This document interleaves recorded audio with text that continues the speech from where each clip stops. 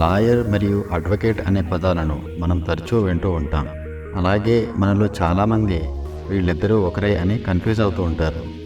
ఇప్పుడు మనం లాయర్ మరియు అడ్వకేట్ అనే రెండు పదాలకు మధ్య ఉన్న వ్యత్యాసాన్ని తెలుసుకుందాం. లాయర్ మరియు అడ్వకేట్ ఇద్దరూ కామన్గా లా డిగ్రీ కలిగి ఉంటారు.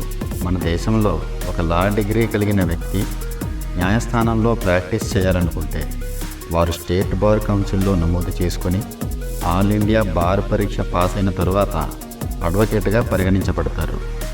అలాగే వారికి న్యాయస్థానంలో తన క్లయింట్ల తరపున కేసులు వాదించడానికి అర్హత వస్తుంది.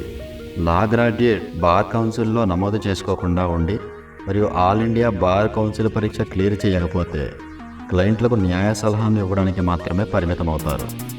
కానీ న్యాయస్థానంలో ఆయన క్లయింట్ల తరపున కేసులు వాదించలేరు. అడ్వకేట్ వివిధ చట్టపరమైన కేసులలో ప్రాక్టీసు చేసి ఉండటం వల్ల ఎక్కువ అనుభవం కలిగి ఉంటారు.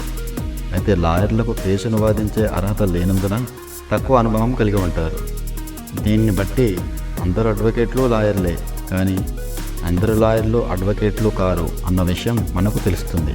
ఇప్పుడు మీరు లాయర్ మరియు అడ్వకేట్ మధ్య ఉన్న వ్యత్యాసాన్ని అర్థం చేసుకున్నారని ఆశిస్తున్నాను. మరిన్ని ఇలాంటి ఫ్యాక్ట్స్కి సంబంధించిన సమాచారం కోసం please do subscribe and like our channel.